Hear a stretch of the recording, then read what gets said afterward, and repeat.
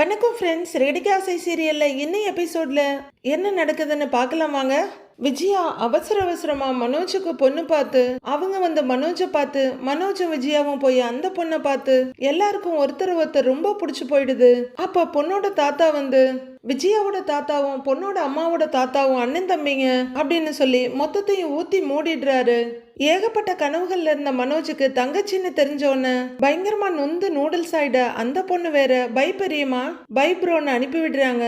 இந்த சொந்த கதை சோக கதையை அவரு சொல்லிட்டு இருக்க முத்து ஒரு பெரிய கதையை சொல்றாரு. ஐயோ சாமி எனக்கு தலை சுத்துது ஆள விடுறான்னு மனோஜ் சொல்ல இனிமே தாண்டா கதையே ஆரம்பிக்க போகுது அப்படிங்கிற முத்து அதுக்கப்புறமா அவனோட பொண்டாட்டியோட பொண்ணுக்கு ஒரு பையன் பிறந்தான் அப்படின்னு முத்து சொல்ல அதாவது உன் ஃப்ரெண்டோட வளர்ப்பு பொண்ணுக்கு அப்படின்னு மனோஜ் கொஞ்சம் தெளிவா தான் கேக்குறாரு.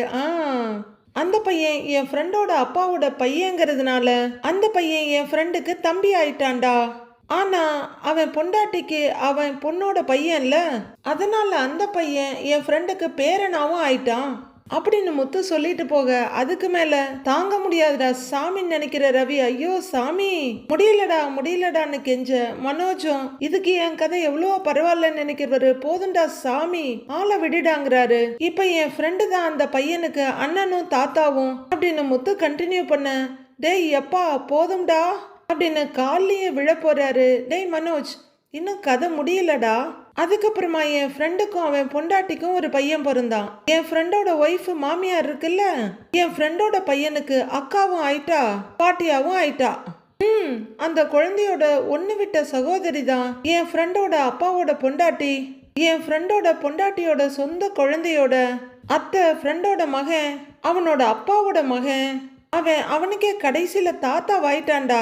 அதுக்கப்புறமா முத்து சொல்லிட்டு போக மனோஜும் ரவியும் மண்டையில எடுத்து எதையாவது போட போறாங்களோ இல்லையோ நாம கண்டிப்பா முத்துவோட மண்டையில எதையாவது தூக்கி அடிச்சிடலான் இருக்குது. டே போதுண்டா விடுறா அப்படின்னு எல்லாருக்காகவும் கெஞ்சுறாரு ரவி.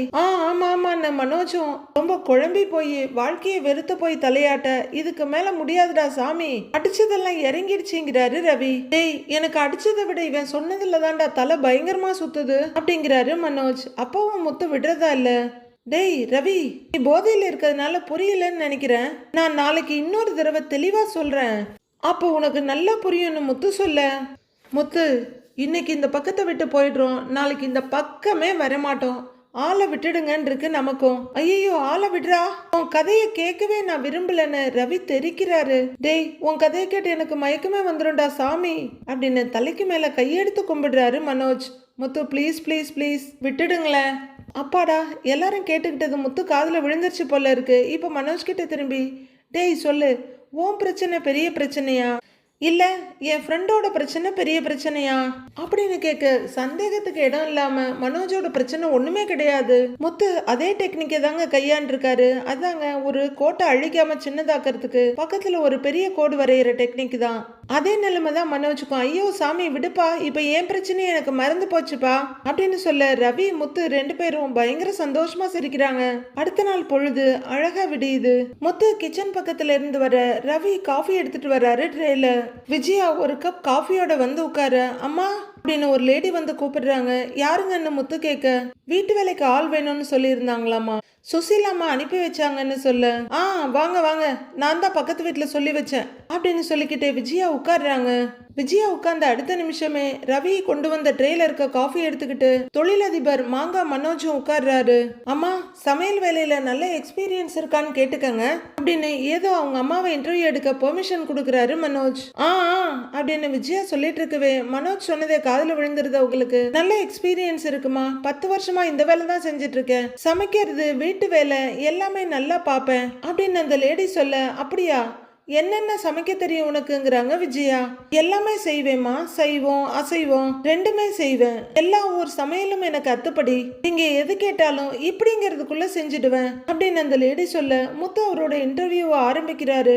எப்படிங்கிறதுக்குள்ள அப்படின்னு அவர் கேட்க ஐயோ இது ஒரு எடக்கு பிடிச்ச பீஸா இருக்க மாட்டேக்கே அப்படின்னு நினைக்கிற அந்த லேடி உடனே செஞ்சிருவேங்க ஐயா அப்படின்னு கரெக்டான ஃபார்முக்கு வந்துடுறாங்க. ஆனா ஒரு கண்டிஷன் சொல்ல எல்லாரும் என்னன்ற மாதிரி பார்க்க விஜயா வாயை திறந்து கேட்டுடுறாங்க. என்னது கண்டிஷனா அப்படின்னு கொஞ்சம் திகைப்பா கேட்க இப்பெல்லாம் வேலைக்கு வர்றவங்க எல்லாம் கண்டிஷன் போடுறாங்க அப்படின்னு மனோஜ் சொல்ல ஆமான்ற மாதிரி ஒரு பார்வை பாக்குற விஜயா. என்ன உன் கண்டிஷன் அப்படின்னு கேக்குறாங்க. நான் சமைக்கும் போது கிச்சனுக்குள்ள யாரும் வரக்கூடாது, என்ன தனியா விட்டுடணும் அப்படின்னு சொல்ல, ஐயோ கண்டிஷன் ரொம்ப ஆபத்தா இருக்கேடான்னு ரவி முத்துவ பாக்குறாரு. விஜயா தென்னாவட்டா பாத்துக்கிட்டு அப்புறம்னு கேக்குறாங்க. அம்மா நீங்க உட்கார்ந்து இருக்கீங்க, நான் நின்னுட்டு இருக்கேன், இப்படி குனிஞ்சு பார்த்தே பேசுறது எனக்கு கழுத்து வலிக்குதுமா, ஒண்ணு நீங்க நில்லுங்க இல்ல நான் உட்கார்றேன் அப்படின்னு அந்த லேடி சொல்ல, அடேங்கப்பான்னு இருக்கு நமக்கு. இப்படி வந்து உட்காருங்கக்கா அப்படின்னு முத்து ஒரு சேர காட்ட, இரு அப்படின்னு உட்கார வந்த அந்த லேடிய பார்த்து நான் நிக்கிறேங்கிறாங்க விஜயா. விஜயா காஃபி கப்ப வச்சுட்டு எழுந்து அந்த லேடி பக்கத்துல வர மனோஜும் வர்றாரு. முத்துவும் ரவியும் திகச்சு போய் பாக்குறாங்க. வந்தவனைய அம்மாவையே நிக்க வச்சிருச்சு, ரொம்ப அடாவடியான ஆளாதான் இருக்கும் போல இருக்குடா அப்படின்னு முத்து ஹஸ்கி வாய்ஸ்ல ரவி கிட்ட சொல்லிட்டு இருக்காரு. விஜயா அந்த லேடிய தலையில இருந்து கால் வரையிலும் ஒரு பார்வை பார்த்துட்டு, வேற என்ன கண்டிஷன் கேக்குறாங்க. எந்த வேலை சொன்னாலும் பம்பரமா செஞ்சிருவேமா, ஆனா ஒரு நாளைக்கு நான் 5 காஃபி குடிப்பேன், அதனால மொத்தமா எல்லாருக்குமா சேர்த்து 2 லிட்டர் பால் வாங்கி ஃப்ரிட்ஜில் வச்சிருங்க அப்படின்னு அந்த லேடி சொல்ல, விஜயா மட்டும் இல்ல முத்து, ரவி, மனோஜ் 3 பேரும் ஆன்னு அப்படியே பார்த்துட்டு நிக்கிறாங்க. கொஞ்ச நேரம் கழிச்சு அதிர்ச்சியில இருந்து வெளியே வர்ற முத்து, என் பொண்டாட்டி ஒரு நேரம் காஃபி குடிச்சாலே அம்மாவுக்கு பிடிக்காது, இந்த அம்மா 5 வேளை குடிப்பாங்களாம் அப்படின்னு முத்து ரவி கிட்ட மெதுவா சொல்லிட்டு இருக்காரு. மனோஜ் குறுகுறுன்னு பார்த்துட்டு இருக்காரு. நான் 5 வேளை காஃபி குடிப்பேம்மா, அது எனக்கு ரொம்ப முக்கியம் அப்படின்னு அந்த லேடி சொல்ல, மனோஜ் டென்ஷன் ஆயிடுறாரு. என்னது, அப்ப அந்த காஃபியை நாங்க தான் போட்டு தரணுமா? காஃபி போட ஆள் இல்லைன்னு தான் உன்னையவே வேலைக்கு சேர்க்கிறோம், நீ ஓவரா கண்டிஷன் போடுற அப்படிங்கிறாரு மனோஜ். அம்மா இது சமையல் பண்ற கைமா, அதுக்குன்னு ஒரு மரியாதை இருக்கு, கொஞ்சம் மரியாதை கொடுத்து பேச சொல்லுங்க அப்படின்னு மனோஜ் வாப்போன்னு சொன்னதுல கோவமாகற அந்த லேடி விஜயா கிட்ட பேசுறாங்க. மனோஜ் நீ கொஞ்சம் பேசாம இரு அப்படிங்கிற விஜயா, சரி நீ வேலைக்கு என்ன எதிர்பார்க்கற அப்படின்னு கேட்க, சடனா அந்த லேடி, நான் என்ன காரு பங்களாவா கேட்க போறேன், சம்பளம் தான் அப்படின்னு அந்த லேடி அடிச்சு விட, விஜயாவும் மனோஜும் அப்படியே அதிர்ச்சியாகி பாக்குறாங்க. சூப்பர்மா, செம்ம பூமராங்மா, என்ஜாய் அப்படின்னு முத்து வர்ற சிரிப்பை முடிஞ்ச அளவுக்கு கண்ட்ரோல் பண்ணிட்டு சிரிக்க, ரவியும் அதே தான் செய்யறாரு. அந்த லேடி சொன்னதை விட முத்துவும் ரவியும் சிரிக்கிறதுல தான் விஜயாவுக்கு டென்ஷன் எகிர ஆரம்பிக்குது. அதான் எவ்வளவு எதிர்பார்க்கற அப்படின்னு விஜயா கேட்க, 3 வேளை சமைக்கிறதுக்கு மினிமம் 10,000 அப்படின்னு இந்த லேடி சொல்ல, விஜயாவோட எக்ஸ்பிரஷன் மாறுது. நீங்க கேளுங்கம்மா, யார்கிட்ட கேக்குறீங்க, எங்க அம்மாட்ட தானே, கேளுங்க தாராளமா கேளுங்க அப்படின்ற மாதிரி முத்து பார்க்க ரவியும் சிரிப்போட பாக்குறாரு. எத்தனை பேருக்கு சமைக்கணுங்கிறத பொறுத்து பேசிக்கலாம் அப்படின்னு அந்த லேடி சொல்ல, ரொம்ப அதிகமா இருக்கேன்றாங்க விஜயா, அதுவும் ஆள் கணக்கெல்லாம் வேற சொல்ற அப்படின்னு விஜயா கேட்க, இப்பெல்லாம் அப்படிதாம்மா, அப்புறம் ஒரு கண்டிஷன் அப்படின்னு கண்டிஷன் பெயில்ல வெளியே வந்தவங்க மாதிரி கண்டிஷனா போட்டுட்டு இருக்காங்க. இப்ப 4 பேருமே குறுகுறுன்னு பார்த்துட்டு இருக்காங்க. நான் கார்பரேட் கம்பெனில எல்லாம் வேலை செஞ்சிருக்கேன் அந்த லேடி சொல்ல, ஐடி எம்ப்ளாயியாவா அப்படிங்கிறாரு மனோஜ். சமைக்கிற எம்ப்ளாயியா தான், அங்க இருக்கிற சட்ட திட்டம்லாம் எனக்கு பழகி போச்சு, சனி ஞாயிறு நான் வேலைக்கு வரமாட்டேன் அப்படின்னு அந்த லேடி சொல்ல, அல்லது கண்டிஷன்லாம் அப்படியே அல்லுதுங்கிற மாதிரி பார்த்துட்டு இருக்காங்க ரவியும் முத்துவும். ஓ கார்பரேட் ரூல்ஸா அப்படின்னு மனோஜ் பாக்குறாரு. 2 நாள் ரெஸ்ட் அப்படின்னு அந்த லேடி சொல்ல, விஜயா அதிர்ச்சியாயி, ரெஸ்டா அப்படின்னு கேட்டுட்டு இருக்க, என் பொண்டாட்டி மீனா இந்த வீட்டுல 24 மணி நேரமும் வேலை செய்வா, அர்த்தராத்திரியில எங்க அம்மா சத்தம் கேட்டா கூட என்னன்னு போய் கேப்பா, அதெல்லாம் அம்மாவுக்கு மறந்து போச்சு போல அப்படின்னு சந்தில ஒரு சிந்து பாடிடுறாரு முத்து. சரி வீட்டுல இருக்கவங்க தான் இதெல்லாம் பண்ணுவாங்க, வேலைக்குன்னு வர்றவங்களுக்கு சில ரூல்ஸ் இருக்கதான் செய்யும் அப்படின்னு முத்து ஒதுங்க பாக்க, டேய் சும்மா இருடாங்கிறாங்க விஜயா.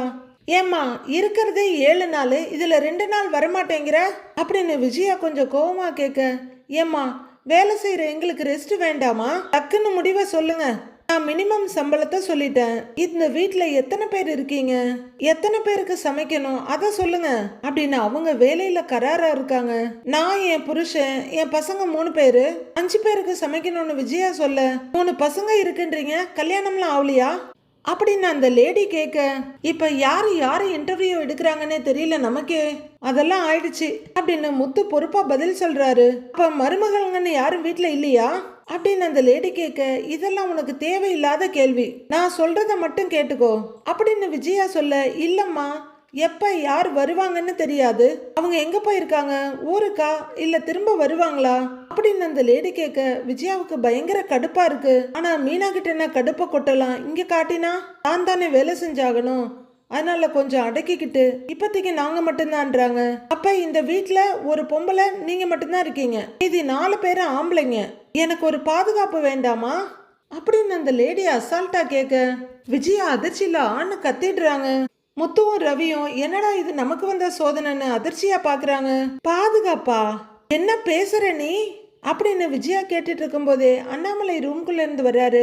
விஜயா என்ன நடந்துட்டு இருக்கீங்க, யார் இவங்கன்னு கேக்குறாரு.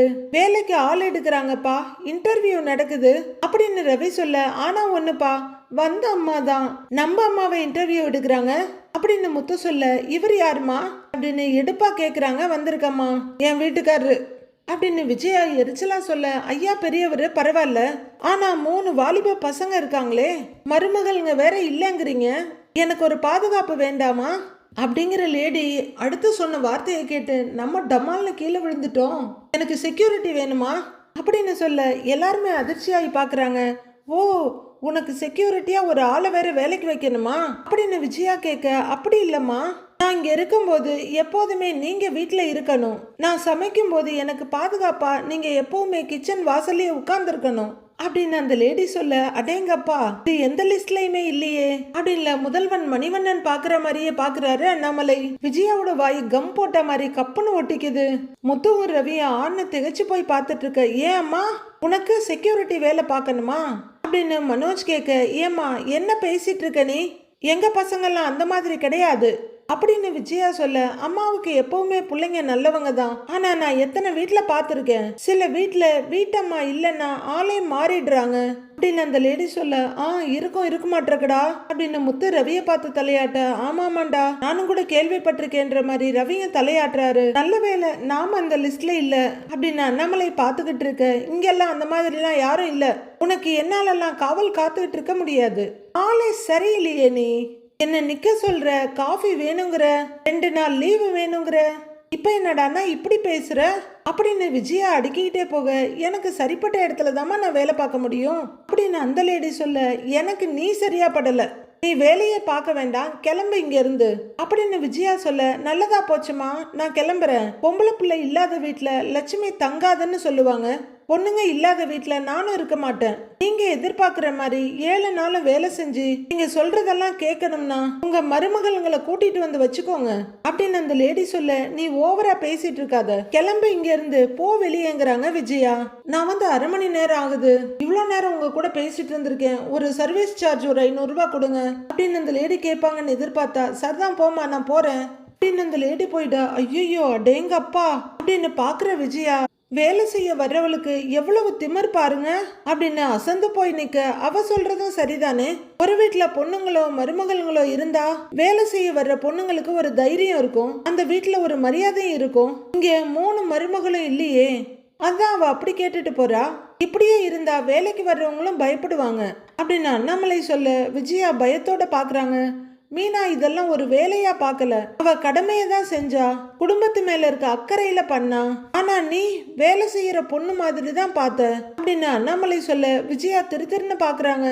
அவளுக்கு இங்க கிடைச்ச மரியாதை அவ்வளவுதான்ப்பா, வேலை செய்ய வர்றவங்களே எவ்வளவு மரியாதை எதிர்பார்க்கறாங்க, அது கரெக்டு தான், ஆனா அந்த மரியாதை கூட ஏன் பொண்டாட்டி கிடைச்சது இல்லையே அப்படின்னு கண்ணுல சின்ன வலியும் முகத்துல வேதனையுமா சொல்றாரு முத்து. விஜயா அழுத்தமா அப்படியே நின்னுட்டு இருக்க, இங்க பாரு விஜயா, மீனாவை நீ மருமகளா ஏத்துக்கிட்டு அவ மேல பாசத்தை காட்டுனா அவ உனக்காக உயிரையே கொடுப்பா அப்படின்னு அண்ணாமலை சொல்ல, அவ இங்க இருந்தா நம்ம உயிரை தான் எடுப்பா, அது ஏன் உங்களுக்கு புரியல, எதையாவது பேசிட்டு இருக்காதீங்க அப்படின்னு எரிச்சலா சொல்லிட்டு விஜயா போக, முழு அல்லக்கையா மாறின மனோஜும் கூடவே போறாரு. இவ திருந்தவே மாட்டா அப்படின்னு அண்ணாமலை சொல்ல, அப்ப வேலைக்கு யாரும் இல்ல அப்படின்னு விரக்தியா சொல்றாரு ரவி. நாம தாண்டா எல்லாத்தையும் செய்யணும் அப்படின்னு முத்து சொல்லிட்டு இருக்கவே, இன்னும் எத்தனை பேர்கிட்ட இவ வாங்கி கட்டிக்க போறாளோ தெரியல அப்படிங்கிறாரு அண்ணாமலை. ஆனா ஒண்ணுப்பா, இப்ப வந்த அந்த அம்மாவுக்கு எங்க அம்மா எவ்வளவோ பரவாயில்லப்பா அப்படின்னு முத்து சொல்ல, ரவியும் கலகலன்னு சிரிச்சிடுறாரு. 2 பேர் சிரிக்கிறத பார்த்து அண்ணாமலையும் சிரிக்க ஆரம்பிக்கிறாரு. முத்து மீனாவோட வீட்டுக்கு வர்றாரு. மீனான கூப்பிட்டுக்கிட்டே வர, வாங்க நான் நம்ம வீட்டுக்கு தான் சாப்பாடு எடுத்து வச்சிட்டு இருக்கேன், மாமாவுக்கு கொண்டு போய் கொடுங்க அப்படின்னு மீனா சொல்லிட்டு இருக்க. அதை பாக்குற முத்து சிரிப்பா அடக்க முடியாம கடகடகடன்னு சிரிச்சுட்டே இருக்காரு. மீனாவுக்கு ஒன்னும் புரியல.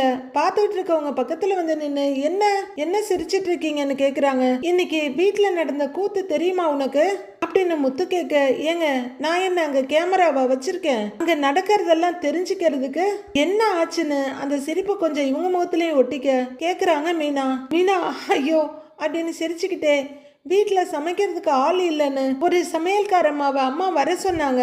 அவங்க வந்து என்னாச்சு தெரியுமா அப்படின்னு முத்துவால சொல்லவே முடியல. கண்கள் சுருங்க சிரின்னு சிரிக்கிறாரு. முதல்ல சிரிக்காம நடந்ததை சொல்லுங்க அப்படின்னு மீனா கேட்க அவரும் கஷ்டப்பட்டு சிரிப்பை கண்ட்ரோல் பண்ணிட்டு, ஒரு அம்மா வீட்டுக்கு வந்து என்ன 3 பசங்க இருக்காங்க, மருமகள்ங்க இல்லையான்னு கேட்டாங்க அப்படின்னு முத்து சொல்ல, அப்புறம்ங்கிறாங்க மீனா மருமகள்ங்கெல்லாம் இல்ல, அவங்க எல்லாம் வெளியே போயிட்டாங்கன்னு அம்மா சொன்னாங்களா. அதுக்கு அந்த அம்மா, ஐயோ இந்த வீட்டுல 4 ஆம்பளைங்க தான் இருக்கீங்களா, எனக்கு வேலை செய்ய இங்க பயமா இருக்கு, பாதுகாப்பு இல்லைன்னு ஓடியே போயிடுச்சு அப்படின்னு முத்து சொல்ல, ஏங்க என்னங்க சொல்றீங்க, நீங்க என்ன அந்த மாதிரி ஆளான மீனா கேக்குறாங்க. உனக்கு தெரியும் மீனா, அந்த அம்மாவுக்கு தெரியாதுல்ல அப்படின்னு அவரு சிரிக்க, பாவங்க அத்தைங்கிறாங்க மீனா. அவங்களுக்கு ரொம்ப கஷ்டமா போயிருந்திருக்கும்ல அப்படின்னு மீனா கேட்க, மீனா நீங்க பாவம் பாக்குறது நல்லதா இருக்கு, ஆனா கொஞ்சம் நம்புற மாதிரி இல்லையேன்னு நமக்கே தோணுது. அட நீ வேற மீனா, அவங்களா பாவம், நீ அவங்க மேல பாவப்பட்டு இருக்கிற, அவங்க உன் மேல பாவப்படவே இல்லையே அப்படின்னு முத்து சொல்ல, யோசிக்கிற மீனா, ஏங்க நான் வேணா எனக்கு தெரிஞ்ச அக்கா ஒருத்தங்களை நம்ம வீட்டுக்கு சமைக்கிறதுக்கு அனுப்பவா, அவங்க ரொம்ப நல்லா சமைப்பாங்கன்றாங்க மீனா. மீனா நீ அந்த வேலையை மட்டும் செய்யவே செஞ்சிடாத அப்படின்னு முத்து சொல்ல, ஏங்கன்னு கேக்குறாங்க மீனா. மீனா நீ அந்த அக்காவை நம்ம வீட்டுக்கு அனுப்பி வச்சேன்னு வையே, ஒரு வேலை அவங்க சமைச்சதுன்னு முத்து சொல்லிட்டு இருக்கும் போதே, புரிஞ்சுதுங்க, நல்லா இல்லைன்னா அத்தை என்னதான் திட்டுவாங்க, அதானே சொல்ல வர்றீங்கன்னு மீனா கேட்க, அதெல்லாம் இல்லை, அவங்க சமைக்கிறது ஒருவேளை நல்லா இருந்துச்சுன்னா அப்படின்னு முத்து கேட்க, சரி அதனால என்ன, நல்லது தானே அப்படிங்கிற மாதிரி பாக்குறாங்க மீனா. என்ன உனக்கு புரியலையா, ஒருவேளை அவங்க சமைக்கிறது நீ சமைக்கிறத விட நல்லா இருந்ததுன்னா அப்புறம் அம்மா உன்னை திரும்பி கூட பார்க்க மாட்டாங்க மீனா, உன்னை வீட்டுக்கு திரும்ப கூப்பிடுறத பத்தி யோசிக்கவே மாட்டாங்க. நல்லா சமைக்கிறதுக்கு ஆள் கிடைச்சிருச்சு, இனிமே இந்த மீனா நமக்கு எதுக்கு, அவ இங்க வரவே வேணான்னு அம்மா சொல்லிடுவாங்க, நீ வந்தாலும் உன் முகத்துல அடிச்ச மாதிரி கதவை சாத்திடுவாங்க அப்படின்னு சொல்லிக்கிட்டே மீனாவை பார்த்து திரும்புற முத்து அவங்க உருன்னு முறைச்சிட்டு இருக்கத பார்த்துட்டு அப்படியே நிறுத்திக்கிறாரு. என்ன மீனா அப்படின்னு முத்து கேட்க, என்னங்க பேசுறீங்க, நான் என்ன அந்த வீட்டுக்கு சமையல்காரியா, நான் சமையல் செய்ய மட்டும்தான் அங்க இருக்கேனா அப்படின்னு மீனா சொல்ல, ஐயோ மிஸ்கம்யூனிகேஷன் ஆயிடுச்சே அப்படின்னு பதற முத்து, ஐயோ மீனா அப்படிலாம் சொல்லல அப்படிங்கிறவர் யோசிச்சு டக்குன்னு ஒரு பிட்ட போடுறாரு. சமையல் தானே உன்னோட பலம், அது போயிட்டா அப்புறம் என் அம்மா கிட்ட உனக்கு நல்ல பேர் இருக்காதுல்ல, அதுக்கு தான் சொன்னேன்னு சமாளிக்கிறாரு. மீனா இன்னும் முறைச்சிட்டு இருக்க, அவருக்கு கொஞ்சம் கிடுகிடுன்னு இருக்கு. ஏன் முறைக்கிற அப்படின்னு முத்து கேட்க, ஏதோ சமையல்காரி வேலை காலியா இருக்கு, அதுக்கு வேற ஒரு ஆள் வந்தா என்னோட வேலை போயிடுங்கிற மாதிரியே பேசிட்டு இருக்கீங்க, என்ன அசிங்கப்படுத்துறீங்களா, அப்ப நான் உங்களுக்கு சமையல்காரி இல்ல அப்படின்னு மீனா கேட்க, ஐயையோ அப்படின்னு முத்து தடுமாற, மீனா கோவமா திரும்பிக்கிறாங்க. நீ சமையல்காரிலாம் இல்லை, என் வீட்டுக்காரி அப்படின்றவர் மீனாவை ஹக் பண்ணிக்கிட்டு, என்ன என் அம்மா உன்னை அப்படிதானே பார்க்குறாங்க, அதுதான் சொன்னேன், அதுதானே யதார்த்தம் அப்படின்னு முத்து கேட்க, மீனா கடுப்பாகி, விடுங்க இதுதான் யதார்த்தமா, இப்பதான் எனக்கு எல்லாம் புரியுது, நான் என்னமோ உங்க வீட்டுக்கு சமைக்க வந்த மாதிரி மட்டுமே பேசிட்டு இருக்கீங்க அப்படின்னு மீனா கோவமாயி உள்ளர போறாங்க. ஓகே, விஜயாவோட விருப்பத்தை 2 பேரும் நல்லபடியா நிறைவேற்றிட்டு இருக்கீங்க. கொஞ்ச நேரம் யோசனையா என்ன சொல்றதுன்னு பார்த்துட்டு இருக்க முத்து, அப்படிலாம் ஒன்றும் இல்லை மீனா அப்படின்னு வந்து சொல்ல, என்னை பொண்டாட்டிங்கிற மரியாதையோட உங்க வீட்டுக்கு என்னை கூட்டிட்டு போற வழியை பாருங்க, அதை விட்டுட்டு சும்மா என் சமையலை வச்சுதான் என் அத்தை என்னை ஏத்துக்குவாங்கன்னா அப்படி ஒரு வீட்டுக்கு வரணும்னு எனக்கு அவசியமே இல்லை. நான் ஒன்று அந்த வீட்டுக்கு வேலை செய்ய வந்தவ கிடையாது, உங்க மனைவி, அந்த உரிமையில தான் நான் உங்க வீட்டுக்கு வருவேன். இனிமே என்ன சமையல்காரி எல்லாம் யோசிக்காதீங்க அப்படின்னு மீனா அங்கிருந்து போயிட முத்துவுக்கு ஒண்ணுமே புரியல. என்னடா தப்பா சொல்லிட்டோம் அப்படின்ற மாதிரி மண்டையை பிச்சுக்கிறவரு, இந்த பொண்டாட்டிங்கிட்ட எல்லாம் பார்த்துதான் பேசணும் போல இருக்கு, நாம ஒண்ணு சொன்னா அவங்க ஒண்ணு புரிஞ்சுக்கிறாங்க அப்படின்னு கொஞ்ச நேரம் மண்டையை பிச்சுக்கிறவரு மீனா அப்படின்னு கூப்பிட, மீனா காரிடார்ல நடந்துட்டு இருக்காங்க. மீனா மீனா மீனா மீனா மீனா உள்ளரவா ப்ளீஸ் ப்ளீஸ் அப்படின்னு உள்ளர கையை பிடிச்சி இழுக்கிறாரு. விடுங்க அப்படின்னு மீனா வெடுக்குன்னு கையை பிடுங்க பார்க்க, உள்ளரவா மீனா ப்ளீஸ் மீனா, சாரி மீனா உள்ளரவான்னு வீட்டுக்குள்ள இழுத்துட்டு வர்றாரு. விடுங்க விடுங்க நான் உங்க கையை இழுக்க, சாரி மீனா சாரி மீனா, நான் சொல்றத நீ சரியாவே புரிஞ்சுக்கல, வா மீனா அப்படின்னு வீட்டுக்குள்ள இழுத்துட்டு வந்துடுறாரு. கைய விடுங்கன்னு மீனா கைய புடுங்கிட்டு இருக்க, நான் சொன்னதை நீ சரியாவே புரிஞ்சுக்கல மீனா அப்படின்னு அவர் சொல்ல, எல்லாத்தையும் நல்லா புரிஞ்சுக்கிட்டு தான் நான் பேசுறேன், அது என்ன எப்ப நான் வீட்டை விட்டு போனாலும் அங்க சமையல் செய்ய ஆள் இல்ல, வீட்டு வேலை செய்ய ஆள் இல்லைன்னு மட்டும் பேசிட்டு இருக்கீங்க, என்ன அதுக்கு தான் நான் அங்க இருக்கேனா அப்படின்னு மீனா ரொம்ப கோவப்படுறாங்க.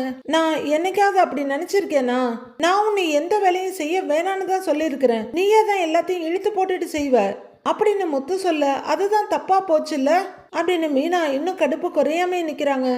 மீனா நான் சாதாரணமா தானே சொன்னேன், தப்புதான் என்ன மன்னிச்சிடுன்னு சரண்டர் ஆயிடுறாரு முத்து. ஒன்னும் வேணாம் அதெல்லாம் முடியாதுங்கிறாங்க மீனா. அப்ப என்ன மன்னிக்க மாட்டியா அப்படின்னு முத்து கேட்க மாட்டேங்கிறாங்க மீனா. உடனே வெளியே ஒரு பார்வை பாக்குறவரு சாரி மீனா அப்படின்னு கால்ல விழ போக ஏங்க என்ன பண்ணிட்டு இருக்கீங்கன்னு பதறாங்க மீனா. இல்ல மீனா நான் என்னமோ யதார்த்தமா சொன்னேன், நீ சீரியஸா எடுத்துக்கிட்ட அப்படின்னு முத்து சொல்ல நீங்க பேசுனதெல்லாம் யதார்த்தமா? உங்க வீட்டுல வேலை செய்யறவங்களோட ஒப்பிட்டு பேசுறது உங்களுக்கு யதார்த்தமா போச்சுல்ல? உங்க மனசுல என்ன பத்தி இவ்வளவுதான் மரியாதை இருக்குன்னு தெரியும் போது எனக்கு எவ்வளவு கஷ்டமா இருக்கு தெரியுமா அப்படின்றாங்க மீனா. மீனா ஐயோ நான் உன்னை அப்படி நினைக்கல, அம்மா அப்படி நினைக்கிறாங்கன்னு தானே சொன்னேன். நீ என் மனசுல எவ்வளோ எவ்வளோ உயரத்துல இருக்க தெரியுமா அப்படின்னு முத்து சொல்ல அத்தை என்னமோ நினைச்சிட்டு போகட்டும், நீங்க ஏன் அப்படிலாம் சொல்றீங்கன்றாங்க மீனா. மீனா உன் முத்துவை பத்தி உனக்கு தெரியாதா? நீ வீட்டோட மகாலட்சுமி, நீ இல்லாம அந்த வீடு எவ்வளவு இருட்டா இருக்குன்னு எனக்கு மட்டும்தான் தெரியும் அப்படின்னு ஐசா அள்ளி கொட்டி ஃபீல் பண்ணிட்டு இருக்காரு முத்து. ஏன் கரண்ட் இல்லையா அப்படின்னு மீனா நக்கலா கேட்க கரண்ட் இருந்தாலும் எல்லா லைட்டையும் போட்டு வச்சாலும் நீ இல்லாத அந்த வீடு எனக்கு இருட்டா தான் தெரியுது அப்படின்னு முத்து வருத்தத்தோட சொல்லிட்டு நிக்க, நிஜமாவே அப்படிதான் ஃபீல் பண்றீங்களா இல்ல என்னை சமாதானப்படுத்தன்னு பேச்சுக்கு சொல்றீங்களா அப்படிங்கிற மாதிரி மீனா அவரு ஏற இறங்க பாத்துட்டு இருக்காங்க. நான் ஏதோ வீட்டுல எல்லாரும் ஒழுங்கா சாப்பாடு கிடைக்காம இருக்காங்களே, நீ இங்க வந்து அவஸ்தப்படுறியன்னு ஒரு யதார்த்தத்துல அப்படின்னு முத்து சொல்லிட்டு இருக்கும் போதே மீனா எது யதார்த்தன்ற மாதிரி பயங்கரமா முறைக்கிறாங்க. உடனே நிறுத்திக்கிறவரு ஒரு பதட்டத்துல சொல்லிட்டேன் அவ்வளவுதான், உன்னை சமையல்காரின்னு சொல்றதுக்கு இந்த முத்து ஒன்னும் பைத்தியக்காரன் கிடையாது அப்படின்னு அவரு முடிஞ்ச வரைக்கும் சமாதானம் பண்ணிட்டு இருக்க. அப்புறம் அப்ப எதுக்கு அப்படி பேசுனீங்கன்னு கேக்குறாங்க மீனா.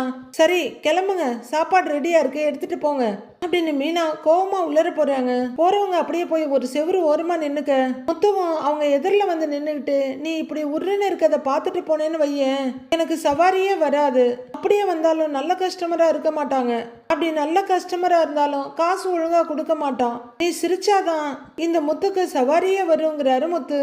மீனா வேணும்னே ஈ அப்படின்னு பல்ல மட்டும் காட்டிட்டு போதுமானு கேக்குறாங்க. முத்து வருத்தமா பாத்துட்டு இருக்க போங்க அப்படின்னு சொல்ல இது எனக்காக சிரிக்கிற மாதிரி இருக்குங்கிறாரு அவரு. பின்ன பக்கத்து வீட்டுக்காரங்களை பார்த்து சிரிக்கிற மாதிரி இருக்கணுமா அப்படின்னு மீனா வெடுக்குன்னு சொல்ல கோவம் போகணும்னா நான் வேணா தோப்புக்கரணம் போடுவான்னு கேக்குறாரு. அப்படின்னு அடுத்த பக்கம் திரும்பிக்கிறாங்க மீனா. முத்து அப்படியே ரெண்டு காதலையும் விரல வச்சுட்டு செவரோட செவரா அப் டவுன்ங்கிற மாதிரி தோப்புக்கரணம் போட்டுட்டு இருக்க அவரு 2, 3வது 4வது தோப்புக்கரணம் போடுறப்ப மீனா சிரிச்சுட்டாங்க. ஹை ஹை என் பொண்டாட்டி சிரிச்சுட்டா அப்படின்னு முத்துவும் சிரிக்க நீங்க இருக்கீங்களே சரி சரி கிளம்புங்க நான் பூ கொடுக்க போகணுங்கிறாங்க மீனா. முத்துவும் கிடைச்ச சான்ஸை விடக்கூடாதுன்னு நினைக்கிறவரு அப்படியே மீனாவை அணைக்கட்டுற மாதிரி ஒரு கைய வச்சுட்டு சரி அப்ப எனக்கு கொஞ்சம் சக்கரை கூடன்னு கேக்குறாரு. வேலையை காட்டுறீங்க பாத்தீங்களா, அதெல்லாம் தர முடியாது அப்படின்னு ஒரேட்டு போய் நின்னுக்கிறாங்க மீனா. முத்துவும் பின்னாடியே வந்து நிக்க எடுத்துட்டு கிளம்புங்கன்னு கைய காட்டுறாங்க. அப்பா கொடுக்க மாட்டியா அப்படின்னு முத்து கேட்க மாட்டேங்கிறாங்க மீனா. சரி அப்ப நான் கிளம்புறேன் அப்படின்னு முத்து பேக்ல கைய வைக்க ஓகே கிளம்புங்க அப்படிங்கிற மாதிரி கொஞ்சம் அசால்ட்டா மீனா பாத்துட்டு இருக்க. படார்னு திரும்பி வர்ற முத்து அப்படியே மீனா உள்ளர தள்ளிட்டு போய் சில பல முத்தங்களை அள்ளி தெளிச்சிட்டு இருக்காரு. மீனாவும் வெக்கத்தோட சிரிச்சுக்கிட்டு அவரை முதுகுல தள்ளிட்டு வெளியே கொண்டு வர்றாங்க. மீனா சமையல்காரமா வேலை பார்த்து பேக் பண்ணி கொடுக்க இவரு டெலிவரி பாய் வேலைய பாக்குறதுக்காக தூக்கிட்டு போறாரு. வாசப்படிக்கிட்ட வர்றவரு கண்ணத்தை மட்டும் காட்ட மீனா கொஞ்சம் முன்னாடி வந்து ஒரு முத்தத்தை கொடுக்கறாங்க. முத்து அப்படியே ஒரு சுத்தி செவுத்துல சாஞ்சிக்கிறாரு. கிளம்புங்க அப்படின்னு மீனா சிரிப்போட பாத்துட்டு இருக்க முத்து அங்கிருந்து கிளம்புறாரு. ரவி ஒரு டிஷ் பண்ணி எடுத்துட்டு வர்றவரு ஸ்ருதி இதை ட்ரை பண்ணி பாருவா அப்படின்னு கூப்பிட்டுக்கிட்டே ஒரு டேபிள் கிட்ட கொண்டு வர ஸ்ருதியும் அவங்க கேஷ் கவுண்டர் கிட்ட இருந்து வர்றாங்க. அவங்க வந்து ஒரு சேர்ல உட்கார அவர் ஒரு சின்ன பிளேட்ல எடுத்து வச்சுட்டு மேல இருக்க இலையை ரிமூவ் பண்றாரு. ஸ்ருதி அதை பார்த்து மைல்டா சிரிச்சுட்டு என்ன இது புதுசா இருக்கேன்னு கேக்குறாங்க. ஆமா புதுசுதான், சரி டேஸ்ட் பார்த்துட்டு எப்படி இருக்குன்னு சொல்லுங்கிறாரு அவரு. சிக்கன் லாலிபாப் மாதிரி தான் இருக்குன்றாங்க ஸ்ருதி. சாப்பிட்டு பாருங்கிறாரு அவரு. ஸ்ருதியும் ஒரு ஸ்டிக் எடுத்து அதை கடிச்சிட்டு இருக்கவங்க சூப்பர் இது சிக்கன் இல்ல பன்னீரா அப்படின்னு கேட்க ரவி லைட்டான சிரிப்போட ஆமான்னு தலையாட்டுறாரு. டேய் சூப்பரா இருக்குடா அப்படின்ற ஸ்ருதி கண்ட்ரோல் பண்ண முடியாம இன்னொரு வாய் கடிச்சிட்டு டேய் செம்மையா இருக்குடா ரொம்ப டேஸ்டா இருக்கு என்ன டிஷ் இதுன்னு கேக்குறாங்க. ரவி சிரிப்போட நிக்க நான் இந்த டிஷ் சாப்பிட்டதே இல்லையே, பன்னீர்லயே இது ரொம்ப டிஃப்ரெண்டான டிஷ்ஷா இருக்கு அப்படின்னு ஸ்ருதி ஆர்வமா கேட்க இது பன்னீர் சீஸ் எல்லாம் போட்டு செஞ்ச லாலிபாப் அப்படின்னு ரவி சொல்ல அப்படின்னு பிளேட்டை பார்த்துட்டு நிம்மற ஸ்ருதி ரொம்ப சூப்பரா செஞ்சிருக்க ரவி, ரொம்ப கிரியேட்டிவ் ஆயிட்டப்பா உன் டேலண்ட்டை நினைச்சு எனக்கே சம்டைம்ஸ் பொறாமையா இருக்குன்றாங்க. உனக்கே பிடிச்சிருக்குன்னா கண்டிப்பா எல்லாருக்கும் பிடிக்கும். அதுவும் இல்லாம நம்ம ஹோட்டலுக்கு வர்றவங்க எல்லாம் பன்னீர் ஃப்ரை, பன்னீர் டிக்கா இந்த மாதிரி தான் சாப்பிடுறாங்க. அதான் கொஞ்சம் டிஃப்ரெண்டா குழந்தைங்களுக்கு பிடிச்ச மாதிரி இந்த டிஷ்ஷை பண்ணியிருக்கேன் அப்படின்னு ரவி சொல்ல, நீ நல்லா ஐடியா பண்ணி செஞ்சிருக்க ரவி. அதுவும் பன்னீர்ல சீஸ போட்டு செம்ம காம்பினேஷனா இருக்கு. இதுக்கு ஒரு நேம் மட்டும் வச்சா போதும் அப்படின்னு ஸ்ருதி சொல்ல, நேம் நான் ஆல்ரெடி டிசைட் பண்ணிட்டேன் அப்படின்னு ரவி சொல்ல, ஏய் வெரி குட், அதையும் பண்ணிட்டியா, என்ன நேம் சொல்லு அப்படின்னு ஸ்ருதி கேட்க, ஸ்ருதி ஸ்பைசி மசாலா பன்னீர் லாலிபாப் அப்படின்னு ஒரு நீளமான பெயரை சொல்லிட்டு எப்படி இருக்குன்னு கேக்குறாரு ரவி.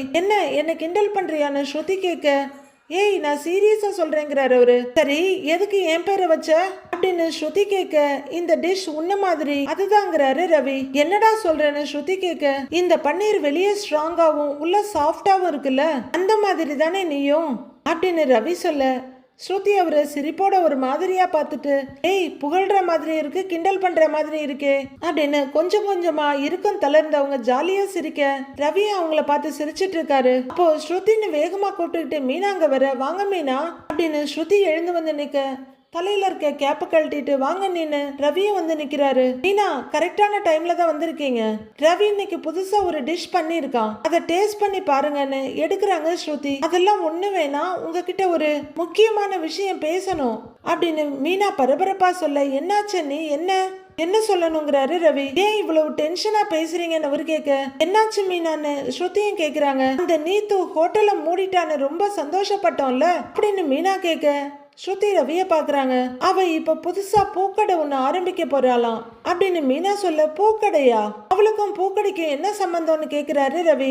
அவளுக்கும் ஹோட்டலுக்கும் கூட தான் சம்பந்தம் இல்ல, இப்ப எதுக்கு அவ பூக்கடையெல்லாம் ஆரம்பிக்கிறா அப்படின்னு ஸ்ருதி கேக்குறாங்க. இப்ப பிரச்சனை அவ பூக்கடை ஆரம்பிக்கிறதுல இல்ல, ஆனா அவ அந்த கடைக்கு என்ன பேர் வச்சிருக்கா தெரியுமா அப்படின்னு மீனா கேட்க, என்ன பேர் வச்சிருக்கான்னு ஸ்ருதியும் கேக்குறாங்க.